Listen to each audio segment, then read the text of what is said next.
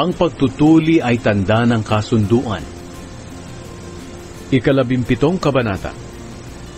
Nang 99 na taong gulang si Abram, nagpakita sa kanya ang Panginoon at sinabi, "Ako ang Diyos na makapangyarihan. Palagi kang maging matapat sa akin at mamuhay ng matuwid. Tutuparin ko ang kasunduan ko sa iyo. Pararamihin ko ang mga lahi mo." Nang marinig ito ni Abram, nagpatira pa siya bilang paggalang sa Diyos. Sinabi ng Diyos sa kanya, "Saganang akin, ito ang kasunduan ko sa iyo. Magiging ama ka ng maraming bansa. Mula ngayon, hindi na Abram ang itatawag sa iyo, kundi Abraham, dahil gagawin kitang ama ng maraming bansa.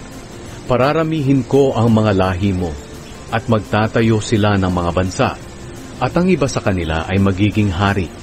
Tutuparin ko ang kasunduan ko sa iyo, at sa mga lahi mo sa susunod mo pang mga henerasyon, na patuloy akong magiging Diyos ninyo. Ang kasunduang ito ay magpapatuloy magpakailanman. Mga dayuhan lamang kayo ngayon sa lupain ng Kanaan, pero ibibigay ko ang buong lupain ito sa iyo at sa mga lahi mo. Magiging inyo na ito magpakailanman, at patuloy akong magiging Diyos ninyo."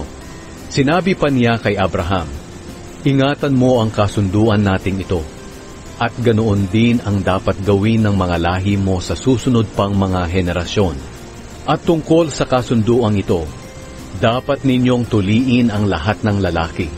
Ito ang magiging palatandaan ng kasunduan ko sa inyo. Mula ngayon hanggang sa susunod pang mga henerasyon, ang lahat ng lalaking ipapanganak ay dapat tuliin pagsapit ng 8 araw mula ng isilang ito. Tuliin din ninyo ang mga aliping lalaki na isinilang sa tahanan ninyo, at pati ang mga aliping binili ninyo sa mga taga-ibang lugar. Ito ang palatandaan sa katawan ninyo na magpapatunay na ang kasunduan ko sa inyo ay magpapatuloy hanggang wakas. Ang sinumang lalaki sa inyo na tumangging magpatuli ay huwag ninyong ituring na kababayan, dahil binaliwala niya ang kasunduan ko."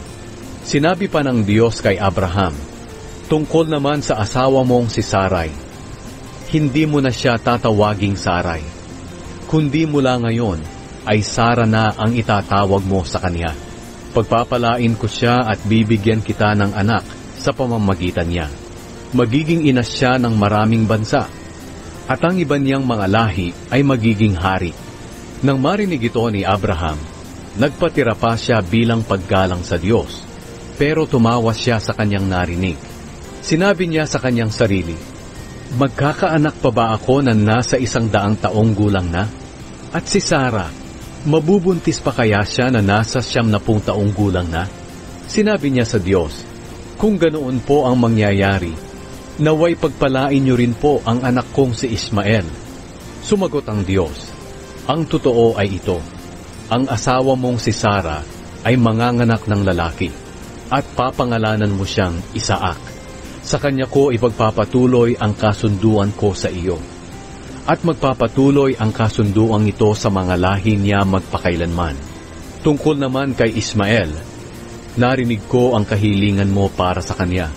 Pagpapalain ko siya at bibigyan ng maraming lahi.